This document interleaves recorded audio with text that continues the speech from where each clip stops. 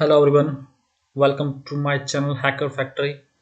So here the Hacker Factory will present the ethical hacking, what is vulnerability assessment and penetration testing, cloud configuration review, and more about the information security. So before discuss about all these topics and the requirements, we need to start first with the tools and requirements. What the tools that we need in information security. So for example, we have some basic tools for starting into the field of information security, like we need the Kali Linux OS, right? And either you can also install the Parrot as well. Both are sufficient for the information security.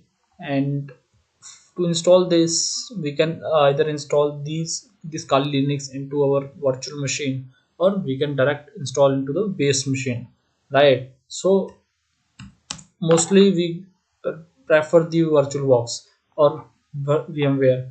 So we can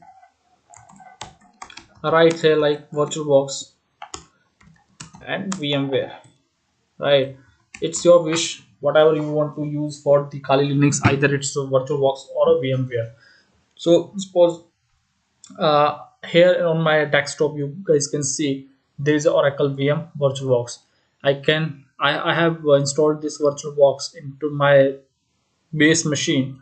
And so first of all I click on this VirtualBox, and I have already installed my Kali Linux into the VirtualBox. You guys can install this machine from the offensive security website. Here you guys have to just written the Kali Linux, right? And you can download it from this page, right? If you don't want to install any ISO file, if you have a VMware, then you guys have to go with the ISO file.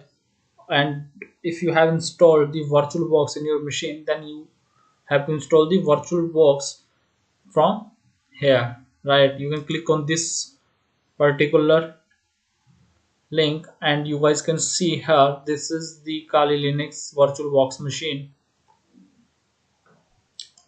right? These are the OVF files. Here you can download these OVF files and you can install directly into your, or you can import these OVF file into the into the VirtualBox, right? I have already installed my Kali Linux into the VirtualBox. So I just click on this start button and it will start the Kali Linux, right? Or you can check the settings first. Open the Kali Linux.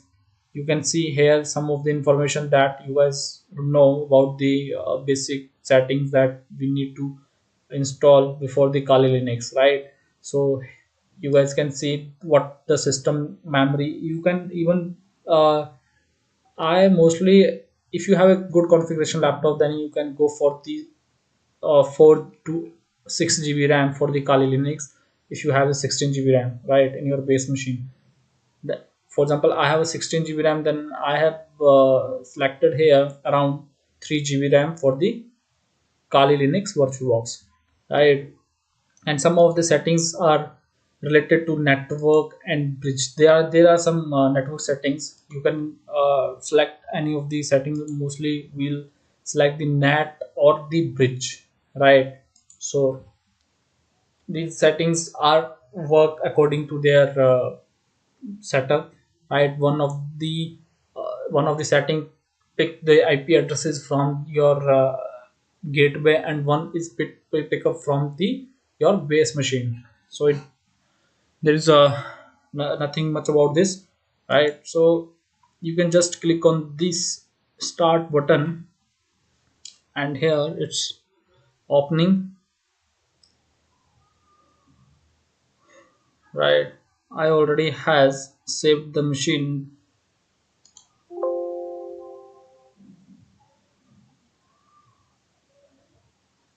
So So here you guys can default. Now when you install or download any Kali Linux machine from the offensive security, then it has a default username password, that is Kali and Kali, right?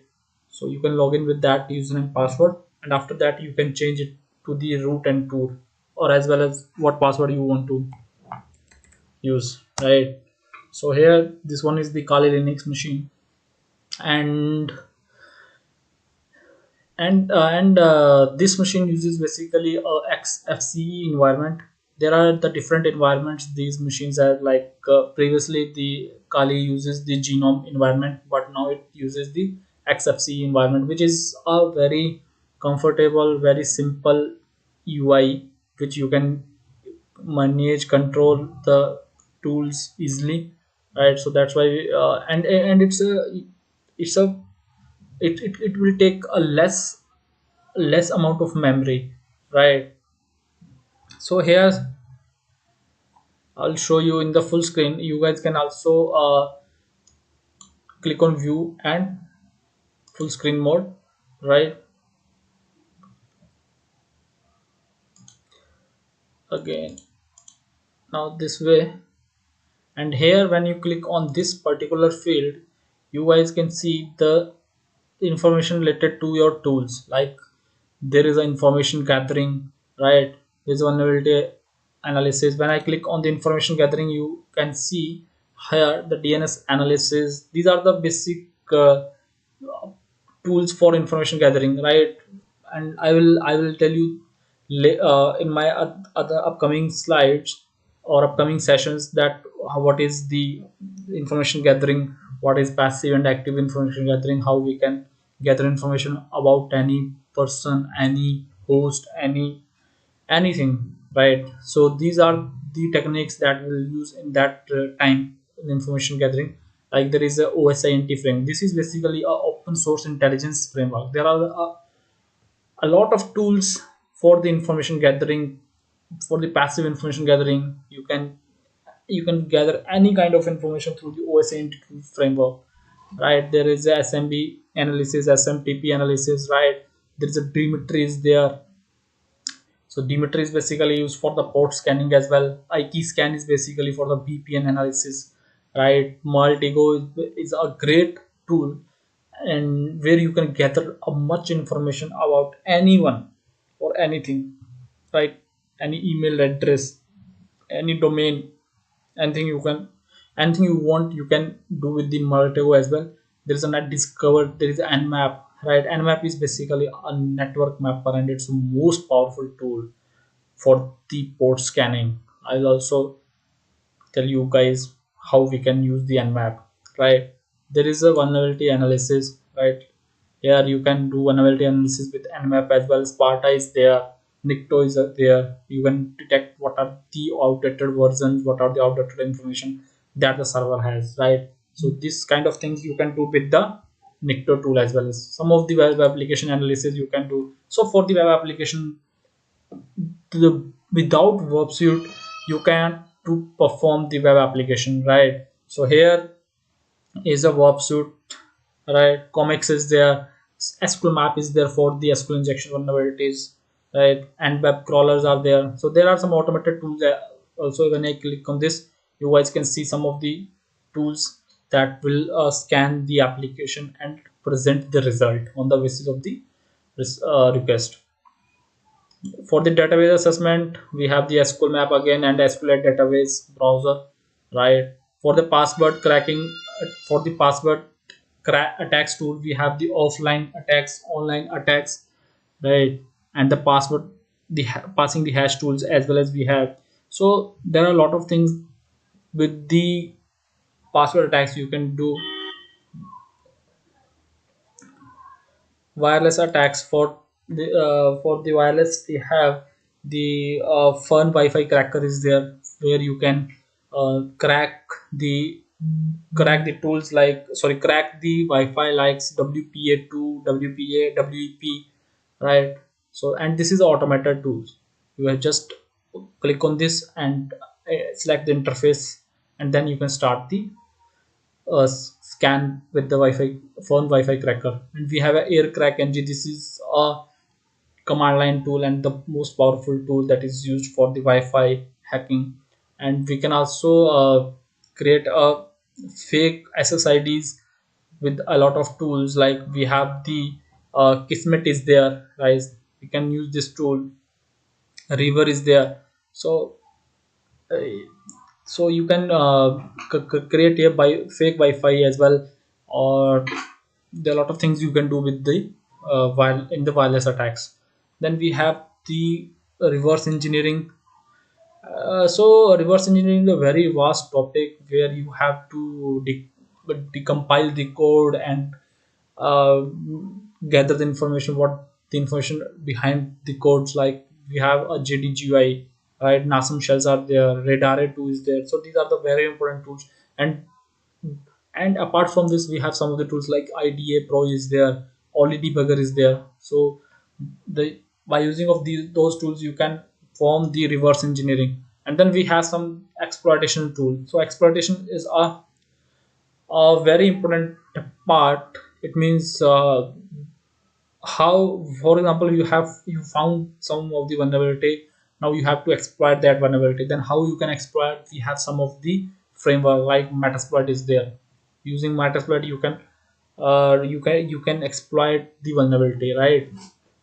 And we have MSF payload creator. So this one is also important. And the famous thing, you can create your own payloads with the MSF and try to exploit on the basis of the vulnerability, right? Search exploit is there. You can search the exploit on the basis of the version or anything. Social engineering toolkit, the same thing you can perform with the social engineering toolkit. And SQL map, the same thing. I already told you that we can gather information, or we can try to inject the queries, direct automated queries through the SQL map. This is basically used for the SQL injection vulnerabilities. Then we have sniffing and spoofing. These are basically used for the MITM attacks. So what are the MITM? MITM is the man in the middle attack, right? So we can do we can do these MITM attack with these tools. Like Wireshark is there, right? NetSniff is there, MITM proxy is there, EtherCap is there, Mac changes are there. So there are a lot of tools which is used for the sniffing and spoofing as well. And then we have the post exploitation. This is the part after we exploit a target. Then we can go for the post exploitation, where we can inject any backdoor, and we can gather information through that backdoor. So that is a part of the post exploitation. You can see here there are the tools, that is Mimicat is the famous tool for the post exploitation. Power exploit is also one of the famous tool which is used for the payloads creation or post exploitation. Same thing we can do with the veil evasion as well, right? And then we have the forensic. So forensic is that we do a digital forensic, right? We don't go for any forensic science. We go for the digital forensic, where we have to recover. We perform the recovery of the images, right? We perform the analysis through the images. We gather information, what the information behind that image, like anything happen in any of the organization. Then you have to just perform the forensic analysis. So whatever you have to do, you have to just use some of the tools, and you have just analyze the behavior in the organization, that what attacks have happened. So on the basis of the attack scenarios, you guys can perform the forensic analysis. So there are a lot of tools for the forensic. Like some of the here are autopsies there, Winwalk is there, HashDeep is there. So another tool like DD is there, that is used for the disk imaging, right? And in case is there. And we have FTK measure is there. So there are a lot of tools that is used for in the forensic analysis. And the reporting tools, uh, there are some of the tools that automatically generate a report. But in the security, or in the field of information security, we we will do the manual reporting instead of going to the automated reporting, right? And the social engineering toolkit, this one is the most popular thing, that is the social engineering toolkit. This is also known as SCT, right? So here you can perform a social engineering attacks, like you can create a fake host, fake domains, and try to gather the information on the basis of those fake host, like we do phishing, spear phishing. You can perform with the social engineering toolkit, right? So this is what the tools we have uh, in the Kali Linux. And there are a lot of tools, rather than more there are a lot of tools beyond this as well as, right? So you guys can even search from the terminal, right?